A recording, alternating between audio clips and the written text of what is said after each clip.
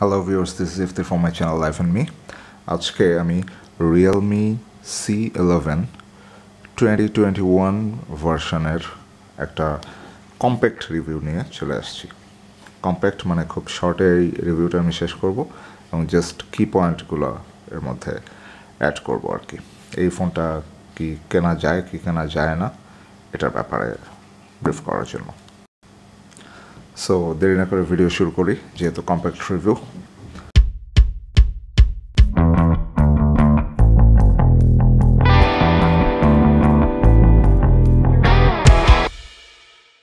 ফার্স্টে একটা লুক নিয়ে শুরু করি।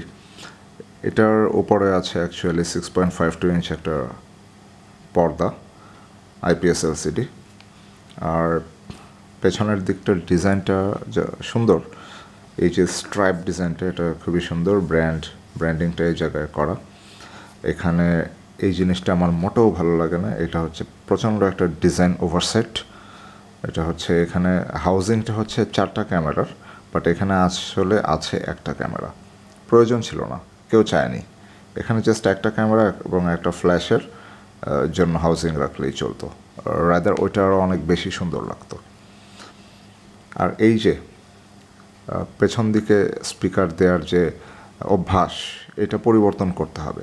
স্পেশালি রিয়েলমিকে 100% পরিবর্তন করতে হবে, কারণ হচ্ছে রিয়েলমির বেশিরভাগ মডেল 99% মডেল হচ্ছে পেছনে এই ইয়েটা থাকে, স্পিকারটা থাকে।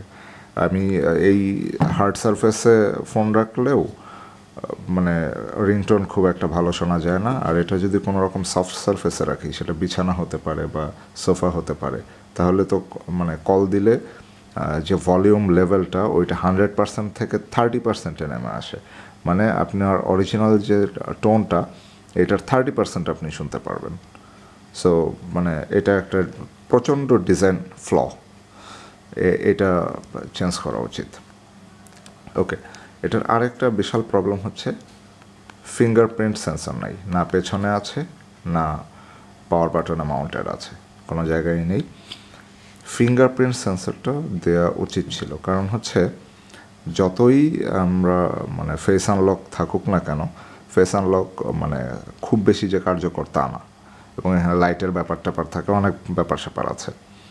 আর পিন বা পাসওয়ার্ড দিয়ে খোলা, that is not very comfortable, as comfortable as like fingerprint. So ফিঙ্গারপ্রিন্টটা সবচেয়ে বেশি মানে কার্যকরী আর কি এক্ষেত্রে। সাইডে পাওয়ার বাটন আছে, ভলিউম রকার আছে, এই পাশে সিম কার্ড ট্রে আছে। এটা এখানে 2টা সিম এবং একটা মেমোরি কার্ড একসাথে ইউজ করা যায়, এটা একটা ভালো জিনিস। নিচের দিকে আসি, 3.5mm জ্যাক, এখানে হচ্ছে মাইক্রোফোনটা, আর এটা হচ্ছে USB টাইপ বি একটা পোর্ট।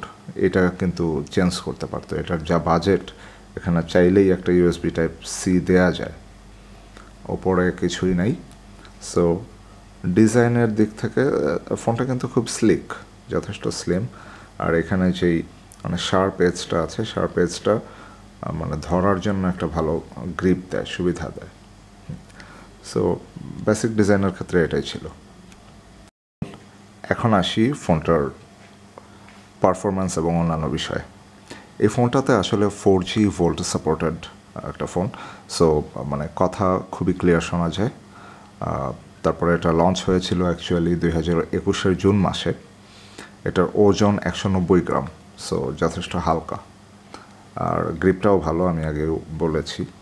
এটার স্ক্রিনটা IPS LCD, 400 nits, resolution 720x1600 pixel, আর 20:9 রেশিওতে। এটার ভেতরে ইউজ করা হয়েছে অ্যান্ড্রয়েড 11 অপারেটিং সিস্টেমটা। আর এটার যে ইউজার ইন্টারফেস অর্থাৎ ইউআই, সেটা হচ্ছে রিয়েলমি গো ইউআইটা ভালো, বাট কিছু ব্লোটার আছে আর কি। তো ওভারঅল ভালো। আর প্রসেসরটা হচ্ছে ইউনিএসওসির একটা প্রসেসরটা নিয়ে আমি আসলে খুব বেশি একটা সন্তুষ্ট না। হয়তো প্রাইস পয়েন্টের ব্যাপারটাও বিবেচনা করতে হবে, যে এই 10,000 টাকা প্রাইস পয়েন্টে এর চেয়ে ভালো আর কি দিবে। বাট এরপরেও যেটা দিয়েছে 28 ন্যানোমিটারের বিল্ড একটা প্রসেসর, পারফরমেন্স খুব একটা আসলে ভালো না, যদিও অক্টাকোর ডাজন্ট ম্যাটার, বাট ইউনিএসএসির এই প্রসেসরটা মানে এই ফোনে আসলে আমি পারফরমেন্সের বিচারে খুব একটা ভালো পাইনি। এটার 464 ভ্যারিয়েন্টের ফোন আমার হাতে যেটা আছে, এটার 4 GB র্যাম আছে, 64 GB রম আছে, অর্থাৎ ইন্টারনাল মেমোরি। মেইন ক্যামেরাটা এখানে একটাই ক্যামেরা আছে, এটা 8 মেগাপিক্সেল। ছবির কোয়ালিটি ভালো। এটা একটা কম্প্যাক্ট রিভিউ, আমি ছবি দিচ্ছি না, বাট ওভারঅল মানে ছবি নিয়ে আমি অনেক বেশি যে ফ্যাসিনেটেড তাও না। ছবি যে কোনো ধরনের ডিভাইস দিয়ে যে কোনো ছবি তোলা যায়, সেটাকে একটু মানে কাজ টাচ করে নেওয়া যায়। আর ওভারঅল জেনারেলি যে ছবি ওঠে একবারে খারাপ না, ভালোই ওঠে। আর ভিডিও 1080 পিক্সেলে আর 30 FPS ভিডিও শ্যুট করতে পারবেন। সেলফি ক্যামেরাটা 5 মেগাপিক্সেল, এটা যদি 8 হতো তাহলে একটু ভালো হতো, কারণ সামনের ক্যামেরা দিয়ে আসলে আমরা অনেক ছবি তুলি এখনকার সময়। সামনের ক্যামেরাটা এখনকার সময় শুধুমাত্র যে ভিডিও কলের জন্যই ব্যবহৃত হয় তা না, বেশিরভাগ কাজ মানে বেশিরভাগ ছবি আমরা সামনের ক্যামেরা দিয়ে তুলি। এখানে 10 ওয়াট ফাস্ট চার্জিং আছে এবং ব্যাটারিটা হচ্ছে 5000 mAh। এটা হচ্ছে এই ফোনের সবচেয়ে ভালো পয়েন্ট। 5000 mAh 2 দিন আমার চলে যায় অ্যাকচুয়ালি। হেভি ইউজ করলে 1.5 দিন তো যাই, 2 দিন কখনো কখনো স্ট্যান্ড বাই মোডে যখন বেশি থাকে, মানে ইউজ কম হয়, আর 2 দিনের বেশিও চলে যায়। সো এটা ভালো, এবং 10 ওয়াট ফাস্ট চার্জিং সাপোর্টেড। পারফরমেন্সের ব্যাপারে আরও একটু বলি। পারফরমেন্সের ব্যাপারে গেমিংটাকে খুব মাথায় রাখতে হয় এখন, কারণ সবাই টুকটাক গেমিং করে। আমি আসলে একসময় পিসি গেমিং খুব করতাম, এখন আসলে গেমিং ওইভাবে করা হয় না, আর ফোনে ওইভাবে গেমস খেলা হয় না। বাট গেমিংটা কিন্তু মানে ফোন কেনার ক্ষেত্রে ইয়াং জেনারেশনের একটা বিরাট চাহিদা। তার বাজেট যতই হোক না কেন, যত কম হোক যত বেশি হোক, ফোনের ক্যাটাগরিটা হাই এন্ড হোক অথবা লো এন্ড হোক, যেমনই হোক না কেন, সবাই কিন্তু চায় যে অ্যাটলিস্ট টুকটাক গেমিংটা যেন তার ফোনে করা যায়। সো গেমিংয়ের ক্ষেত্রে বলবো যে এটাতে আসলে পাবজিটা খুব কমফোর্টেবলি আমি খেলতে পারিনি, একটু ল্যাগ আছে, একটু না ভালোই ল্যাগ আছে, যেহেতু প্রসেসরের অবস্থাটা খুব একটা ভালো না। বাট ফ্রি ফায়ারটা খুব ভালোই খেলে গেছে, অ্যাসফল্ট 9টাও ভালো খেলতে পেরেছি। কল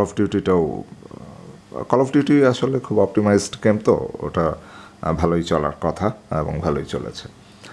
সো গেমিংয়ের ক্ষেত্রে আমি বলবো যে ইট ইজ 7 আউট অফ 10, মানে খুব বেশি যে ভালো তা না, আবার একেবারে খারাপও না, চলে আর কি।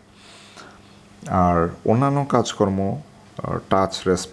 টাচটা আসলে আরেকটু ফাস্ট হলে পারতো, বাট বাজেট অনুযায়ী বিবেচনা করতে হবে। টাচটা মানে রেসপন্স করে খুবই ভালো, বাট আপনি যদি খুব মনোযোগী হন তখন দেখবেন যে হালকা একটু মানে ল্যাগ আছে। আর মাল্টিটাস্কিং এটার অবস্থা খুবই ভালো, যেহেতু 4 GB র্যাম, সে বেশ কিছু অ্যাপসকে একসাথে ভালোভাবেই ম্যানেজ করতে পারে। বাট তার মানে এই না যে অনেক অ্যাপস নিয়ে একসাথে কাজ করা যায় বা করবেন, এটা আসলে ঠিক না। মানে হয়তো সংশ্লিষ্ট যে একটা অ্যাপসের সাথে আর একটা অ্যাপস রিলেটেড এরকম 2-4টা অ্যাপস নিয়ে কাজ করাটা ঠিক আছে, বাট অনেক বেশি অ্যাপস ওপেন রাখলে এটা ফোনের উপর অনেক প্রেশার পড়ে। সো এই ছিল, আর স্পেশালি বলার তেমন কিছু নাই। এই ফোনটা কারা কিনবেন? যারা এন্ট্রি লেভেলের বাজেটে একটা ফোন কিনতে চাচ্ছেন, 10,000 টাকা। এখন 2022 সাল চলছে, সো 2022 সালে এসে 4 GB র্যাম 64 GB রমের নিচে অ্যান্ড্রয়েড ফোন না কেনাটাই মানে বেটার, এটা আমার সাজেশন। সো সেই হিসাবে যদি আমি লো বাজেটের কথা চিন্তা করি, Realme c11 2021 ভার্সনটা আসলে একটা ভালো অপশান। বাট এর পাশাপাশিও আরও অনেক অপশান আছে। ওয়ালটনকে আপনারা মাথায় বিবেচনা রাখতে পারেন বাংলাদেশি ব্র্যান্ড হিসেবে, দ্যাট ইজ ভেরি গুড। সিম্ফনির কিছু কিছু ফোন আছে যেটা বিবেচনায় রাখা যেতে পারে। মানে এই প্রাইস পয়েন্টে আসলে অনেক কম্পিটিশানই আছে, অনেকগুলো মডেলই আছে, তো এর মধ্যে এটাও মানে গুড চয়েস যেগুলো, সেই গুড চয়েসগুলোর মধ্যে এইটাও একটা। So that's it. সো আজকের ভিডিওটি ভালো লাগলে সবাই লাইক দেবেন, শেয়ার করবেন, আর চ্যানেলটি সাবস্ক্রাইব করতে ভুলবেন না। ধন্যবাদ সবাইকে।